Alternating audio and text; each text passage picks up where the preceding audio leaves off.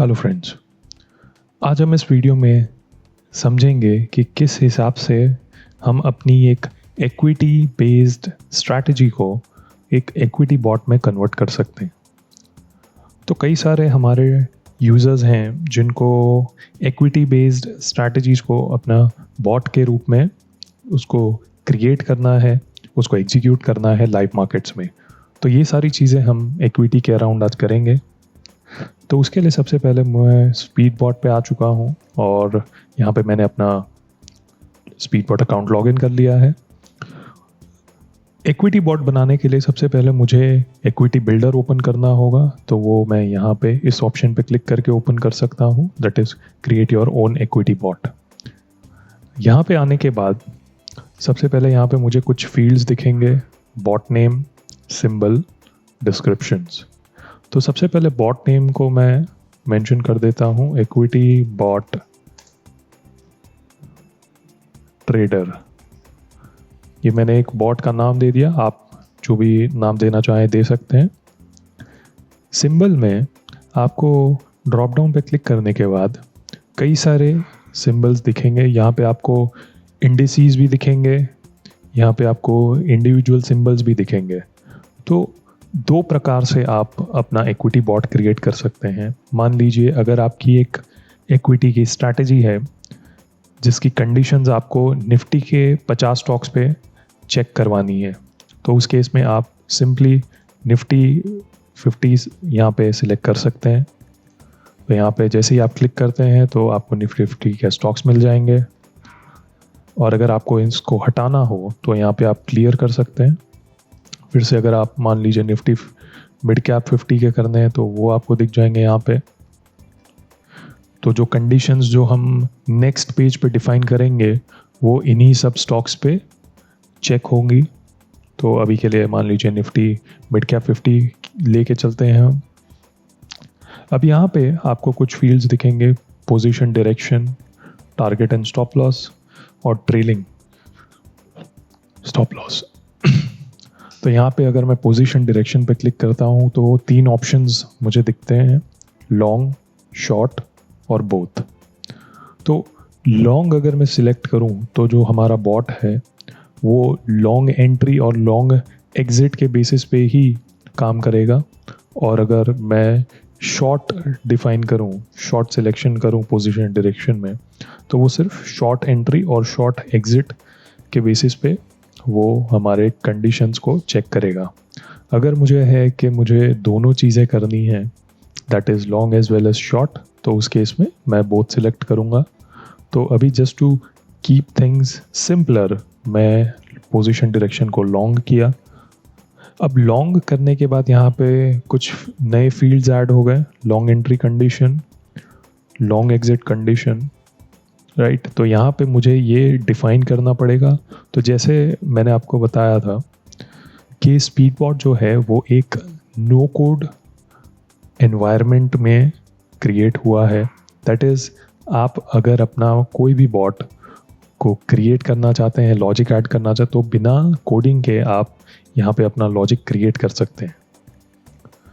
अगर मैं यहाँ पे एक मेरी RSI की स्ट्रैटेजी है, मैं बोलूँ कि RSI जो है उसके बेसिस पे मुझे जो 50 स्टॉक्स पे एंट्री लेनी है, और अगर वो लॉन्ग एंट्री कंडीशन में डिफाइन कर दूं कि RSI जब जब 60 के ऊपर क्रॉस करता है तब तब मुझे मेरे स्टॉक्स में एंट्रीज लेनी है। तो यहाँ पे सबसे पहले मैं इंडिकेटर में RSI ढूंढूंगा, RSI टाइप किया तो RSI is a well known indicator as you no.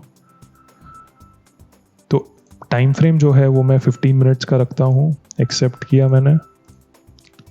फिर बाद में क्रॉसेस, मतलब कि RSI जो है वो एक बुलिश एंट्री करने के लिए वो एक नंबर को काटेगा, दैट इज़ फॉर एग्जांपल मैं 60 डिफाइन कर देता हूँ। RSI जब 60 के अबव क्रॉस करेगा तब हम जो है वो हमारी लॉन्ग एंट्री कंडीशन सेटिस्फाई होगी। सेम वेज मैं अगर इसका उल्टा कर दूं और लेट्स से कि मैं अगर इसको बोल दूं कि RSI एग्जिट कंडीशन के लिए, एग्जिट कंडीशन की बात कर रहे हैं, RSI 40 के बिलो होगा तब मैं, अगर मेरी कोई भी पोजीशन ओपन होगी किसी भी स्टॉक में और वो 40 के बिलो क्रॉस करेगा नीचे, तो मैं उसको एग्जिट कर दूंगा। तो एग्जिट के मल्टीपल वेज हो सकते हैं। लॉन्ग एग्जिट हो गया आपका, टारगेट एंड स्टॉप लॉस के बेसिस पे भी आप कर सकते हैं ये। मान लीजिए अगर हम पॉइंट्स या परसेंटेज बेसिस पे करें, यहाँ पे आपको दो ड्रॉप डाउन दिखेंगे, एक पॉइंट्स और दूसरा परसेंटेज।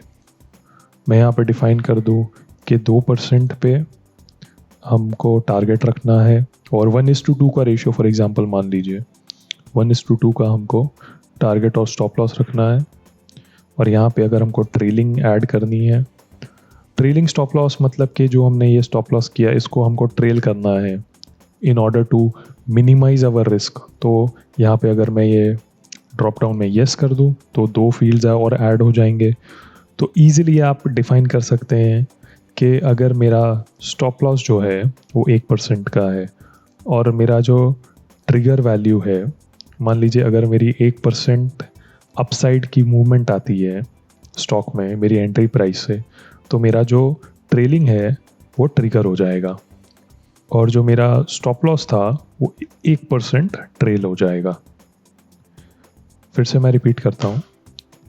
मान लीजिए अगर हमने 100 रुपये का एक स्टॉक बाय किया, 99 पे उसका स्टॉप लॉस है, 99 रुपीज़ का, क्योंकि 1% ऑफ 100 इज़ 99, और 102 रुपये का हमारा जो है वो है टारगेट। ठीक है, तो यहाँ पे अगर 101 रुपये जब हमारा प्राइस आता है, दैट इज़ 1% मूवमेंट होती है अपसाइड, तो वो केस में जो हमारा ट्रेलिंग जो है, ट्रेलिंग स्टॉप लॉस वो हो जाएगा activate, that is triggered. Trigger होने के बाद जो हमारा ये स्टॉप लॉस जो 99 पे था वो मूव होके 100 पे आ जाएगा। तो इस हिसाब से आपका जो रिस्क था वो मिनिमाइज हो जाएगा। तो इस हिसाब से आप अपने कॉम्बिनेशंस जो हैं वो आप मेंशन कर सकते हैं। तो अभी जैसे ये परसेंटेज टर्म्स में देख रहे हैं, आप इसको पॉइंट्स टर्म्स में भी कर सकते हैं। तो दोनों चीज़ें पॉसिबल हैं। तो अब कंटिन्यू करते हैं। अब यहाँ पे कुछ आपको फील्ड्स दिख रहे हैं, तो एक एक करके देख लेते हैं। पोजीशन साइजिंग, पोजीशन साइजिंग आपको यहाँ पे 4 प्रकार के मिल जाएंगे। क्वांटिटी बेस्ड सबसे पहले समझ लेते हैं। अगर मैंने क्वांटिटी बेस्ड सिलेक्ट किया और यहाँ पे आई बटन पे मैंने क्लिक किया तो मेरे को चारों का डेफिनेशन मिल जाएगा। अगर आप मान लीजिए TCS जो स्टॉक है फॉर एग्जांपल, उसमें आपकी RSI की कंडीशन सेटिस्फाई हो रही है, जब वो लॉन्ग एंट्री की कंडीशन सेटिस्फाई हो रही है तब हमको अगर क्वांटिटी बेस्ड पे लेना है, मान लीजिए कि कितने क्वांटिटी का हमको स्क्रिप्ट बाय करना है, कितना TCS का क्वांटिटी हमको बाय करना है, तो वो एक क्वांटिटी बेस में आप डिफाइन कर पाइएगा इस हिसाब से। कैपिटल बेस्ड फिर दूसरा टाइप है जहाँ पे आप मेंशन कर सकते हैं कि अगर TCS स्टॉक जो है उसमें लॉन्ग एंट्री सेटिस्फाई होती है तो कितना amount worth of TCS stock मुझे बाय करना है। मैं अगर लिख दूं कि मुझे 6,000 रुपये मेरे पास हैं, 6,000 रुपये में जितने भी TCS के क्वांटिटी आते हैं राउंड नंबर में, उतना क्वांटिटी का मुझे TCS बाय करना है। तो ये कैपिटल बेस्ड हो गया एब्सोल्यूट टर्म्स में। फिर हो गया कैपिटल बेस्ड परसेंटेज टर्म्स में। So this means that the percentage allocation per script of the overall capital to be traded. अभी मान लीजिए आपने 1 लाख रुपीज़ का आपका ये बॉट है, आपने इसमें इनिशियल कैपिटल जो है वो डिफाइन कर दिया 1 लाख रुपए। अब आप बोलते हैं कि 1 लाख रुपए का 10% that is 10,000 rupees worth of TCS मुझे बाय करना है when ever the condition satisfies. ठीक है, तो ये हो गया आपका परसेंटेज टर्म्स में। जैसे दैट इज़ आप 10% डिफाइन कर सकते हैं, 11% कर सकते हैं, इस हिसाब से ऐसा। फिर बाद में रिस्क बेस्ड आता है। So this is an advanced setting जहाँ पे आप एब्सोल्यूट नंबर पे रिस्क अपना डिफाइन कर सकते हैं, ठीक है। तो यहाँ पे आपने अगर एब्सोल्यूट टर्म्स में मेंशन कर दिया कि भाई मेरे को पोजीशन लेनी है और फिर 5,000 रुपये का अगर उसमें लॉस आता है, ठीक है, तो उस केस में मुझे वो स्क्रिप्ट बाय करना है। तो ये आपका रिस्क बेस्ड हो गया। तो अभी के लिए सिंपलर टर्म्स के लिए मैं इसमें क्वांटिटी बेस्ड मेंशन करूँगा एक। फिर आता है ऑर्डर टाइप। ऑर्डर अभी हम मार्केट बेसिस पे करेंगे। अभी ये जो होल्डिंग है आपका NRML या इंट्राडे, मतलब आपको कैरी फॉरवर्ड करना है अगर आप पोजिशनल या स्विंग ट्रेडर हैं, या इंट्राडे बेसिस पे करना है। तो अभी के लिए मान लीजिए मैं कैरी फॉरवर्ड करना चाहता हूँ अपने इस बॉट को। कंटिन्यू पे क्लिक किया मैंने। अभी यहाँ पे मैं अपना कैपिटल डिफाइन कर सकता हूँ, कितने कैपिटल से मुझे चालू करना है।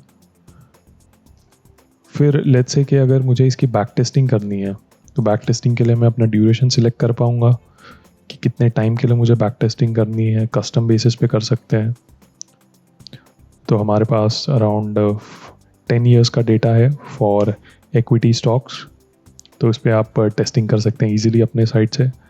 फिर स्टार्ट डेट एंड डेट आपने डिफाइन कर दिया। स्लिपेज आपके हो गए अगर आपको वर्स्ट केस सिनेरियो का एनालिसिस करना है। फिर इंटरवल आप अपना डिफाइन कर सकते हैं। टाइम आपने बोल दिया कि मान लीजिए 9:20 हो गया, और जो अभी तो पोजिशनल है तो इसमें एग्जिट टाइम की ज़रूरत नहीं है। ब्रोकरेज आपने ऐड कर दिया, मैंने यहाँ पे 20 रुपीज़ ऐड कर दिया एडिशनल, अगर हमको दूसरे चार्जेस करने हैं तो ऐसा। तो यहाँ पे मैं इसको सेव एंड बैक टेस्ट पे अगर क्लिक करूँ तो इस हिसाब से हमारा जो बॉट है वो बैक टेस्टिंग में चला जाएगा। तो इसको हम फॉरवर्ड टेस्ट कर सकते हैं, इसको हम अपने ब्रोकर अकाउंट में लाइव कर सकते हैं।